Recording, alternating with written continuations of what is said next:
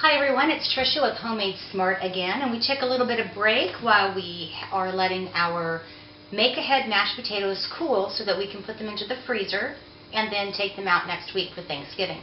Now the next recipe that we're going to do is crunchy sweet potato souffle. You know, this really should be a dessert because it is so delicious and it's so yummy. I grew up, like most of you I'm sure, with the canned yams with the marshmallows on top and toasted, and then I would never eat anything but the marshmallows because I didn't like the canned sweet potatoes or canned yams. But I found this recipe and it is so delicious. I'm melting some butter over here for the topping of this sweet potato souffle. So let's just turn that down a little bit. And so it is so yummy, and like I said, it really should be a dessert. So what I've done earlier is while the russet potatoes were boiling, I was boiling also 2 pounds of sweet potatoes, yams, whatever you prefer. We really like the garnet sweet potatoes. Actually, they're actually called garnet yams. They're much sweeter, we feel, than the regular sweet potatoes that you find in your market. So what I've done is I have boiled 2 pounds of garnet yams, and I am going to, and you always want to boil your sweet potatoes or yams with the skins on. And after these have drained and now they're cool to the touch, I can go ahead and touch them. We're going to go ahead and just peel off the skin. I've already done it to the other ones here, but it's just because they're, you know, been in the water and they're boiled and they're very soft. The skin just absolutely peels right off. And this is a butter knife, so a table knife, so that's how easy these guys peel off here. So we're going to go ahead and take those off there and check on my butter back here. It's nice and melted. And I'm going to take it off of the heat so it can cool a little bit. So we've got our mashed potato, our garnet yam sweet potatoes. I think they're called garnet yams if I'm not mistaken. I just see that it says jewel sweet potatoes or something like that, but they're very yummy. So we've got in there, they're much more of a red flavor, whereas the sweet potatoes, so these are yams. The sweet potatoes are a little bit more orange, and so that's why I like these ones. They're a little bit darker, and we really think they taste a little bit sweeter. So I'm just going to kind of rough chop these up a little bit, and then we're going to use the potato masher here again to mash them up once we get all the ingredients here. And mash those, get those guys kind of up there. Alright, and so to this, we are going to add 1½ cups of sugar. Like I said, it seems like it's a lot, but as well as a ½ teaspoon of salt and 3 lightly beaten eggs. Since it's got the consistency of a souffle, it's got to rise a little bit, right? All right. And 1 5-ounce pan of evaporated milk. Then we're going to put, and if you can have fresh nutmeg and you can grind it yourself, that really is really good too, but I don't have any on hand right now. So we're just going to use some regular ground nutmeg, about a teaspoon of that. And then a ½ teaspoon of cinnamon. And sprinkle that guy in there like that. And then 1 teaspoon of vanilla. And I just eyeball the vanilla because that's about 1 teaspoon or so. A little bit extra for flavor. Seems okay to me. Alright, so then what we're going to do is we're going to take our masher, potato masher again. We're going to mash. Again, if you wanted to use your hand mixer and do this, you could. But, you know, since we're going to be eating, what, 3,000 calories on Thanksgiving, burning a little extra calories by doing this stuff by hand, I think we can justify eating splurging a little on Thanksgiving, don't you? So, all right, so we've got this mixed up, smushed up. Smush, what a word, right? All right, and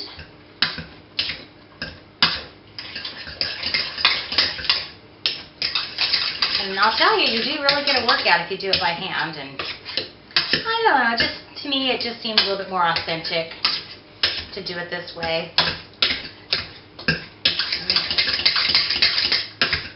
And you do want to make sure that when you do, if you are doing it by hand, that you are making sure you're getting any really big lumps that you might have left in there. And this is definitely not your canned sweet potato marshmallow casserole, right? All right, so we have that done. I'm going to grab my spatula here and just kind of mix it up a little bit better, stir it up a little bit more until it is nice and well blended. So you can see how nice this potato masher does smash this up. And now again, I have used butter to put in here. Oh, that's what I forgot to put in here is the butter. Oh, no, I did. Oh, no, it's right here. Huh? Oh, I tell you. All right, so this is also 1 stick of butter that we're going to add to that mixture. And then just stir it up a little bit more.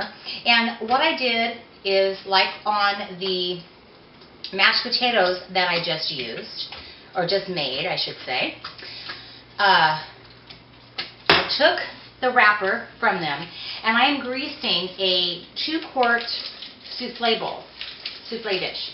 And again, greasing it is going to help it to not stick when you bake it, which we won't bake this until next week. So again, we're going to put this into the freezer and let it freeze until Wednesday. We'll take it out Wednesday morning and let it thaw in the refrigerator for 24 hours so that we can bake it on Thanksgiving Day. So it's one less thing we have to do Thanksgiving Day. Sit back, watch some football, watch the parade, drink your coffee. I mean, there is going to be things that you have to do on Thanksgiving, but this, if you can get as much done prior to that and just have to put it into the oven to let it heat up, let's try and do that as much as we possibly can. So we stirred our butter in here and got him all nice and mixed up. And we're going to pour him into our souffle dish.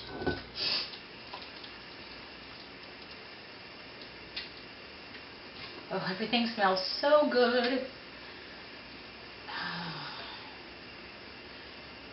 Now, like I said earlier, what is so convenient and is, while these potatoes were boiling and getting soft, I was getting the rest of the ingredients put out and measured out, so it would only take me a second to go ahead and assemble everything.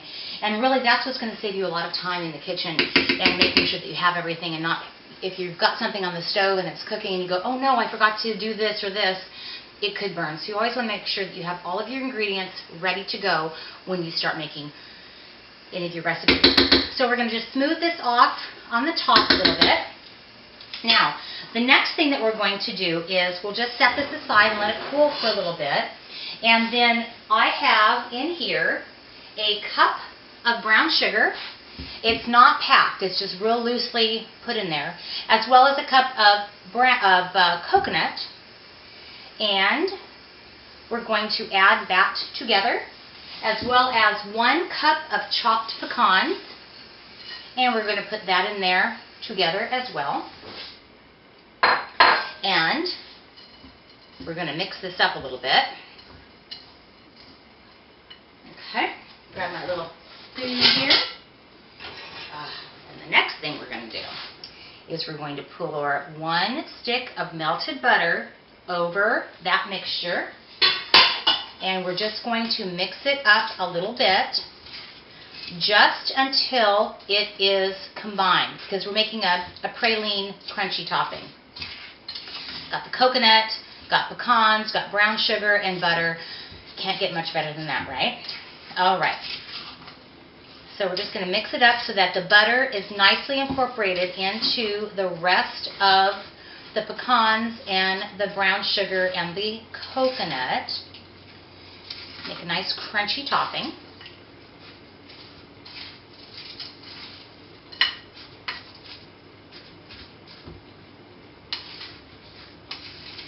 Okay. So then what we'll do is, now I'm not going to put this on today. This can go ahead and sit for a little while. There we go. All right, so then what we're going to do, I guess I'll go ahead and do it because we'll probably eat this early. But we're going to go ahead and just sprinkle this across the top here. And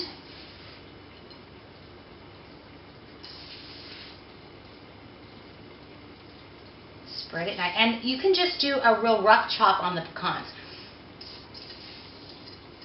But you want to make sure this gets all nice and spread over here evenly. And we're going to let this go ahead and cool a little bit more. The potatoes and stuff are still a little bit warm. And no, it's not. It's very messy. But that's okay because it tastes good. So we'll just get this out here to the side. And then we're going to go ahead, let this cool a little bit longer. I'm going to cover it with foil. And again, I'm going to put it in the freezer and let it freeze until Wednesday. Take it out Wednesday morning, let it thaw for 24 hours, and then put it into the oven at 350 degrees for about 45 minutes or so that it's completely heated all the way through. When it is cool, or when it has been thawed and brought to room temperature, it should only take about 40 minutes for it to heat up all the way through. All right, so sweet potato souffle with a crunchy topping is absolutely delicious. This is certainly not your mama's mashed potato or sweet potatoes with marshmallows, right? But even though those were good growing up, I have to say, if you liked them, and that is tradition. But this is a great alternative. Like I said, it really should be a dessert. And we'll pull it out on Wednesday and bake it on Thursday. So happy Thanksgiving, everyone. And next time we will be doing croissants and cranberry sauce and the steps that we follow right up leading to Thanksgiving. Have a great day.